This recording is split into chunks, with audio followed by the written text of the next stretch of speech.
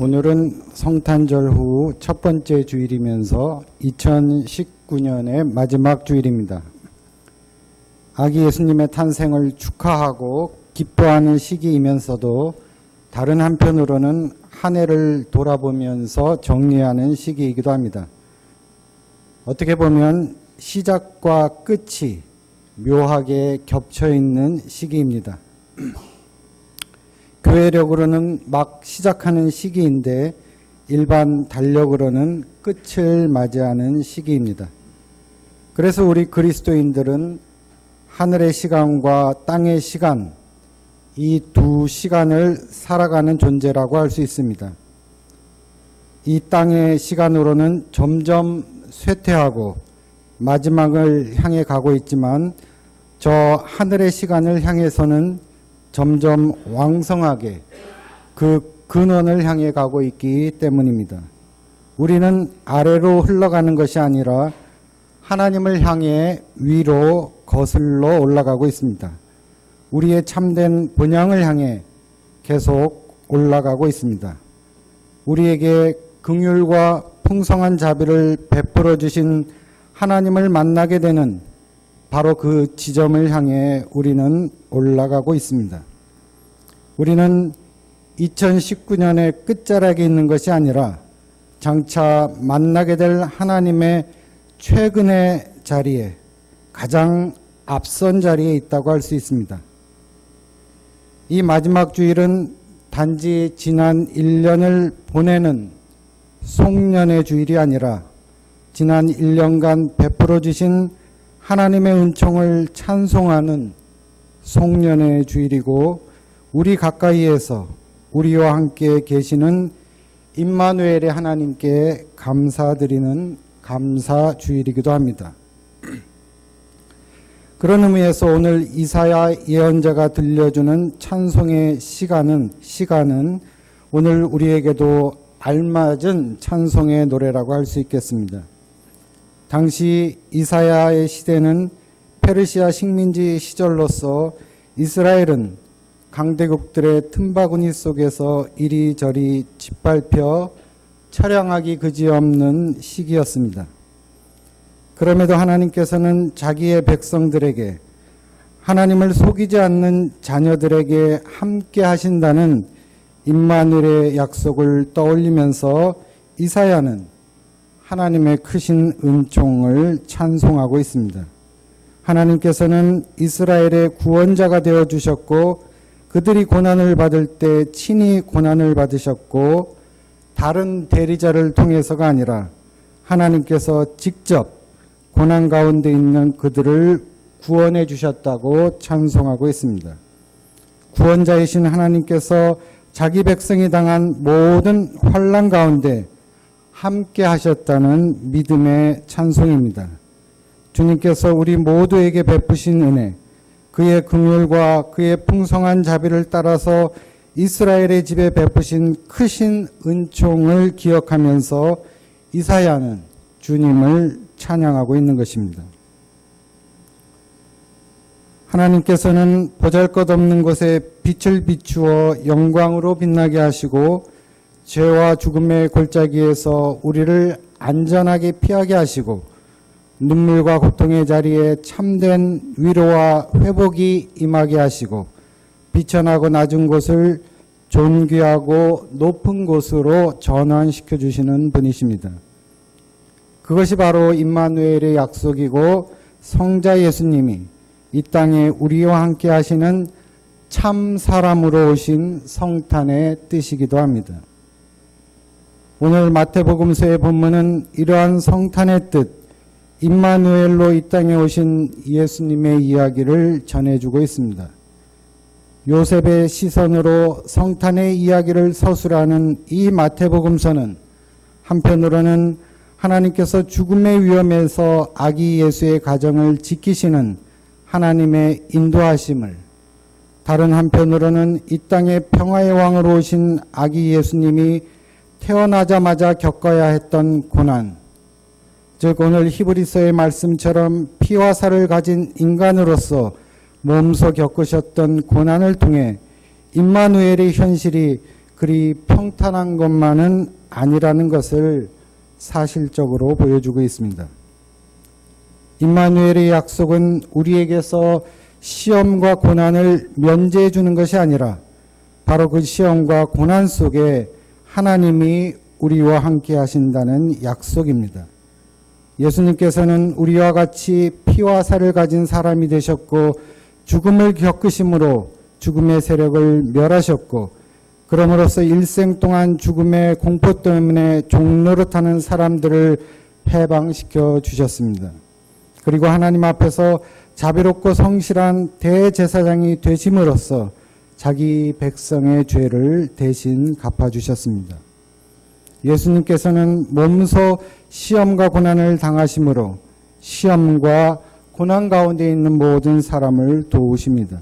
이것이 예수님께서 이 땅에 오신 성탄의 뜻, 성탄의 목적이라고 할 수 있습니다.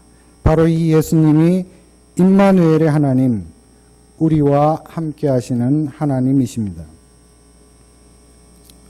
그러나 오늘 우리가 읽었듯이 예수님의 첫 번째 성탄의 이야기는 그렇게 고요하고 평화롭기만 한 것은 아니었습니다.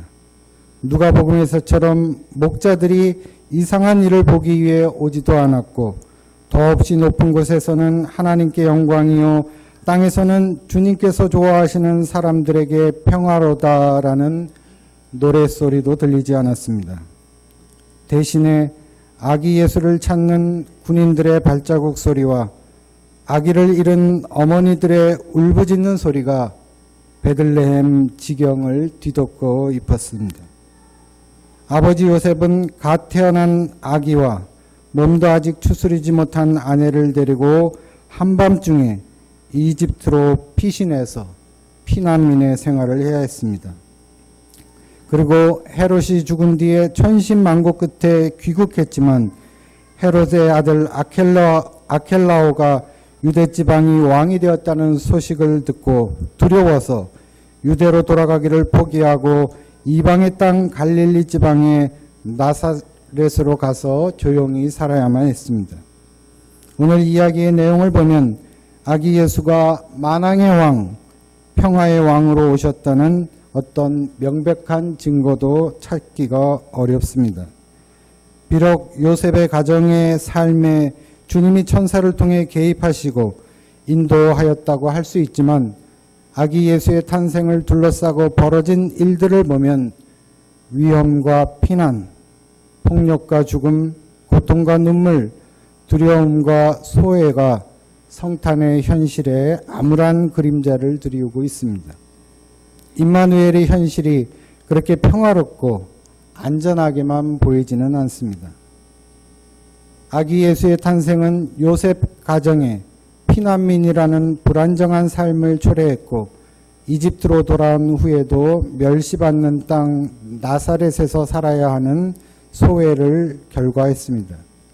그리고 아기 예수의 탄생에서 비롯된 헤롯의 유아 살해라는 비극은 성탄의 이야기를 불충분하고 미완의 얘기로 남게 합니다. 아기를 잃은 어머니들의 울부짖음은 우리에게 절망적으로 들립니다. 이처럼 첫 번째 성탄은 지금 우리가 생각하는 것처럼 희망, 평화, 사랑, 기쁨의 시간은 아니었던 것처럼 보입니다. 절망과 위험, 폭력과 두려움이 오히려 첫 번째 성탄을 둘러싸고 벌어졌던 일들입니다. 그렇다면 우리는 하나님이 우리와 함께 계시다는 임마누엘의 약속을 이 첫 번째 성탄 이야기에 어디에서 발견할 수 있을까요?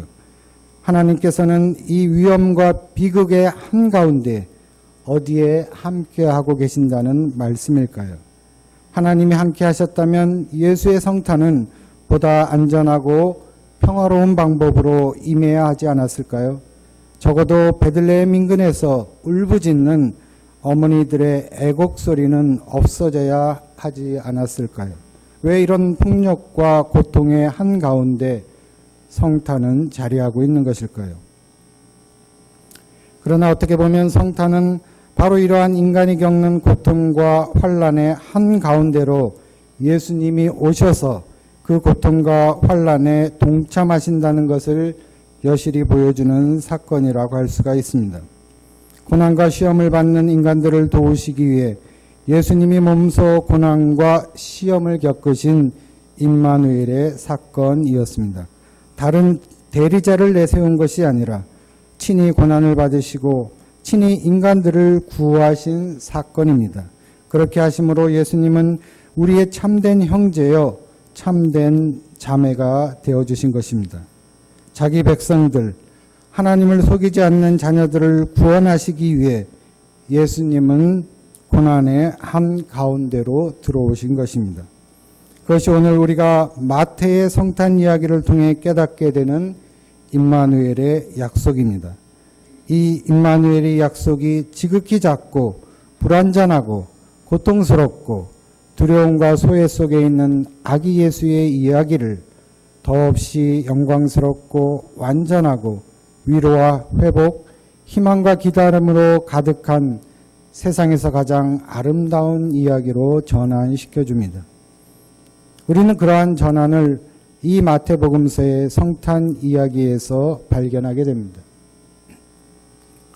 오늘 마태복음서 2장에는 4곳의 지명이 나옵니다. 이 4곳은 어떻게 보면 만왕의 왕으로 오신 예수님에게는 어울리지 않는 곳들입니다. 실제로 예수님 당시에 이 4곳은 긍정적이기보다는 부정적이고 가능하면 피해야 할 그러한 곳들이었습니다. 한마디로 버려지고 멸시받고 천대받는 곳들이었습니다. 그러나 이 4곳은 성탄의 이야기를 통해 새로운 영광과 회복의 장소로 전환됩니다. 그 첫 번째 장소는 베들레헴입니다. 이 베들레헴은 사람들에게 주목받지 못한 아주 작은 동네입니다. 별을 보고 동방에서 찾아온 박사들도 당연히 유대인의 왕은 예루살렘에서 태어날 줄 알고 예루살렘 왕궁으로 헤롯을 찾아갑니다. 사람들은 베들레헴에서 어떤 통치자가 나리라고는 생각하지 않았던 것입니다. 동방박사의 방문으로 헤롯을 비롯한 온 예루살렘 사람들은 당황했고 한바탕 소동이 벌어졌습니다. 그리고 그제야 장차 메시아 그리스도가 태어날 것을 찾아보게 됩니다.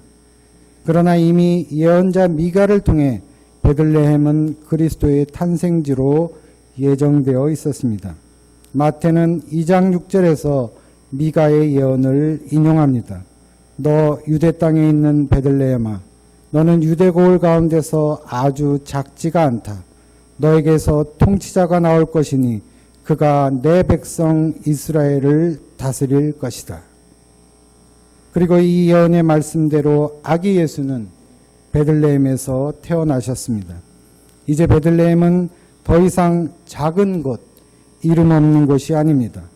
임마누엘의 약속대로 하나님이 이 땅에 오신 세상에서 가장 영광스럽고 유명하고 거룩한 곳이 되었습니다. 두 번째 장소는 이집트입니다. 동방박사들은 헤롯에게 돌아가지 않고 다른 길로 자기 나라로 돌아갑니다. 박사들이 돌아간 뒤에 요셉은 꿈의 천사의 지시를 받고 즉시 일어나 그 밤에 이집트로 떠났습니다. 베들레헴과 이집트 사이에 큰 사막지대가 있어 밤에 갓난아이와 산모를 데리고 이동하는 것은 위험한 일이었지만 요셉은 즉각 하나님의 말씀에 순종해서 떠납니다. 그리고 아마 요셉은 상당한 기간, 즉 헤롯이 죽을 때까지 이집트에 체류한 것으로 보입니다. 그러나 정든 땅을 등지고 낯선 이집트 땅에서 피난민으로 살아가야 하는 요셉의 처지가 그렇게 좋아 보이지만은 않습니다. 처량하고 불안한 피난민의 삶이기 때문입니다. 그러나 마태는 이 예수님의 피난을 내가 이집트에서 내 아들을 불러냈다는 호세아의 예언과 연결시킵니다. 호세아서의 예언은 원래 이스라엘의 출애굽 사건을 가리키는 말입니다. 그러나 초대교회는 구약이 신약의 예표가 된다는 그리스도론적인 관심 때문에 구약의 사건들을 다시 그리스도론적으로 재해석하게 됩니다. 그런 맥락에서 이 호세아서의 인용은 예수님의 역할과 소명의 일부가 바로 출애굽의 불완전한 이스라엘의 역사를 완성시키시고 온전케 하시는 것이라는 점을 환기시켜 줍니다. 즉 예수님의 이집트 피신과 다시 이집트로부터 돌아온 사건은 옛 이스라엘의 불완전한 출애굽을 완성시킨다는 의미를 지니고 더 나아가서는 죄로부터 인간을 구원하시는 하나님의 결정적인 구원의 사건을 보여주는 새로운 종말론적인 구원으로 이해할 수 있게 해 줍니다. 예수님께서 죄와 죽음으로 상징되는 이집트로부터 탈출하심으로 우리들도 이제 의와 생명으로 상징되는 새로운 예루살렘으로 들어갈 수 있게 된 것입니다. 우리는 더 이상 죄와 죽음의 종이 아니라 그리스도와 한 형제, 자매로 살 수 있게 된 것입니다. 세 번째 장소는 라마입니다. 박사들에게 속은 것을 안 헤롯은 몹시 분노하였습니다. 그래서 헤롯은 박사들에게 알아본 때를 기준으로 해서 베들레헴 인근의 2살 이하의 사내 아이들을 모두 죽이는 악행을 자행합니다.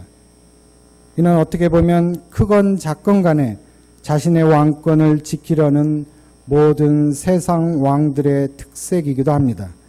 자신의 앞길에 거침이 되는 것은 잔인하게 쳐 없애버리는 것이 세상의 권세이고 힘들이기 때문입니다. 오늘 마태복음서 2장 18절의 말씀을 보면 라마에서 소리가 들려왔다. 울부짖으며 크게 슬피 우는 소리다. 라헬이 자식들을 잃고 우는데 자식들이 없어졌으므로 위로를 받으려 하지 않았다라는 말씀이 나오고 있습니다.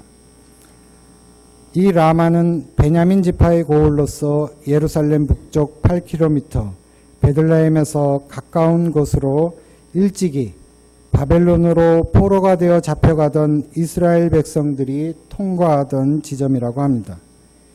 여기에 나오는 라헬은 야곱이 사랑하던 아내로서 일평생 자식 없이 살다가 말년에 요셉과 베냐민을 낳았고 베냐민을 낳다가 죽어 이 베들레헴 길가에 장사되었습니다. 예언자 예레미야는 이런 사실을 배경으로 포로로 끌려가는 자기 백성들의 비극을 보면서 무덤에 묻혀있는 라헬의 통곡 소리를 상상해 내었던 것입니다. 마태는 이 예레미야서를 인용함으로 라마의 포로로 가는 슬픔은 베들레헴의 이스라엘의 아이들이 죽임을 당하는 슬픔에서, 그리고 라헬의 슬픔은 베들레헴의 수많은 어머니들의 슬픔에서 재현되는 것으로 보고, 예레미야가 이스라엘의 멸망을 두고 한 예언이 바로 예수 시대의 베들레헴 아이들의 희생을 두고 한 예언이라고 해석하고 있습니다. 이 어린아이들은 예수를 위해 죽었고 예수는 우리를 위해 죽으셨습니다. 그런 의미에서 이 어린아이들은 구원의 새 시대의 도래를 위한 순교적 희생자들이라고도 할 수 있을 것입니다. 어떤 주석가는 베들레헴 인근의 어머니들의 통곡에도 불구하고 아기 예수가 피신한 것은 축복과 희망이었으며 아기 예수가 피신했기 때문에 결국 사람들이 위로를 받게 되었다고 말했습니다. 메시아가 피신했기 때문에 모든 사람, 심지어 아들을 잃은 어머니들도 위로를 받을 수 있게 되었다는 말씀입니다. 장차 메시아 예수님이 통치할 것이고 그때에는 더 이상 그러한 살인과 폭력이 없을 것이기 때문입니다. 그런 의미에서 베들레헴 어머니들의 울부짖음도 임마누엘의 약속 안에서 최종적인 위로를 받을 수가 있게 됩니다. 마지막으로 마태는 예수님의 가족이 나사렛에 정착하는 사건을 구약의 예언과 연결시킵니다. 헤롯이 죽었을 때 로마 황제 아우구스투스는 그의 영토를 4분하여서 그 아들들에게 나누어 줬습니다. 그 아들 중 한 명이었던 아켈라오는 유대와 사마리아 지방을 다스렸는데 이 아켈라오도 성격이 잔인하여 자신이 주기를 반대하는 유대인들을 무려 3,000명가량이나 말발굽에 깔아 죽이는 야만적인 통치를 했다고 합니다. 이러한 잔인한 소문은 요셉에게 두려움을 주었을 것이고 꿈의 지시를 받은 요셉은 발길을 돌려 갈릴리 지방 나사렛이라는 동네에 정착하게 됩니다.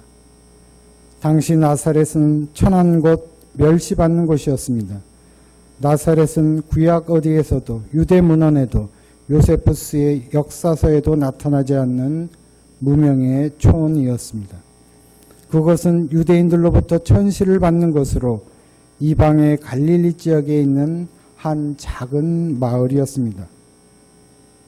그러나 예수가 이곳에 와서 성장하고 활동하심으로써 이방의 땅은 큰 빛을 보게 됩니다. 예수가 나사렛 사람으로 불리운 것은 예수가 유대인뿐만 아니라 이방인 곧 모든 인류의 구주이심을 말하는 것이기도 합니다. 유대인의 참된 왕으로 태어난 이 아기 예수는 이제 멸시받는 땅 나사렛에서 다윗의 의로운 가지로서 하나님의 구원을 지닌 자로 그리고 하나님의 인격적 임재를 나타내는 자로 안전하게 성장하게 됩니다. 나사렛은 더 이상 비천하고 멸시받는 곳이 아닙니다. 이처럼 메시아 예수의 복음은 혼란과 긴장 그리고 폭력과 공포가 자욱한 시공간에서 탄생한 것입니다. 평화로운 크리스마스의 전경은 없었습니다. 그러나 예수님의 탄생을 둘러싸고 일어난 폭력과 비참한 사건들에도 불구하고가 아니라 바로 그 사건들 때문에 하나님께서는 예수님을 통해서 이스라엘이 오랫동안 기다려온 구원과 해방을 그리고 그 구원과 해방을 통해 온 세상을 위한 하나님의 정의를 실행하셨습니다. 미약하고 불충분하고 고통으로 얼룩진 추하고 소외된 첫 번째 성탄의 불완전한 이야기들이 이 임마누엘의 약속의 말씀들을 통해 영광스럽고 충분하고 위로와 소망이 가득한 아름답고 따뜻한 이야기로 전환되었습니다. 인간들의 죄와 죽음에도 불구하고가 아니라 바로 인간들의 죄와 죽음 때문에 임마누엘의 약속은 의와 구원을 향한 결정적인 힘으로 작용합니다. 이제 인간들은 더 이상 죄와 죽음의 종 노릇을 할 필요가 없어졌습니다. 낮고 천한 곳에 위로와 회복의 빛이 비추었고 죄와 죽음으로 지배하던 세상의 권세도 아기 예수의 이 땅에 오심을 막을 수는 없었습니다. 2019년 우리의 삶을 돌아보면 아주 작고 불완전하고 때로는 고통과 눈물로 얼룩진 죄와 죽음으로 소외된 그러한 삶이었을 수도 있습니다. 그러나 하나님의 약속의 말씀들은 우리가 채울 수 없는 불완전한 틈들을 메워주시면서 우리들의 이야기들도 완전하고 아름다운 이야기들로 전환시켜 주셨습니다. 조각조각으로 흩어져 버릴 우리의 삶을 하나의 아름다운 열매로 맺게 하시는 분이 바로 우리와 함께 하시는 임마누엘의 하나님이십니다. 이 하나님의 은혜와 사랑 때문에 우리는 믿음의 행진을 멈추지 않고 계속할 수가 있습니다. 임마누엘 하나님의 약속의 말씀들은 오늘 우리를 살아가는 존재가 되게 하는 이유입니다. 성탄의 빛은 우리 모두를 회복하고 구원으로 인도하는 새 생명의 참 빛입니다. 하나님께서 베풀어 주신 모든 은혜와 사랑을 찬송하면서 2019년에 이어 2020년에도 계속해서 이 믿음의 행진을 이어나가시는 우리 모두가 되시기를 간절히 소망합니다. 묵상기도 드리시겠습니다.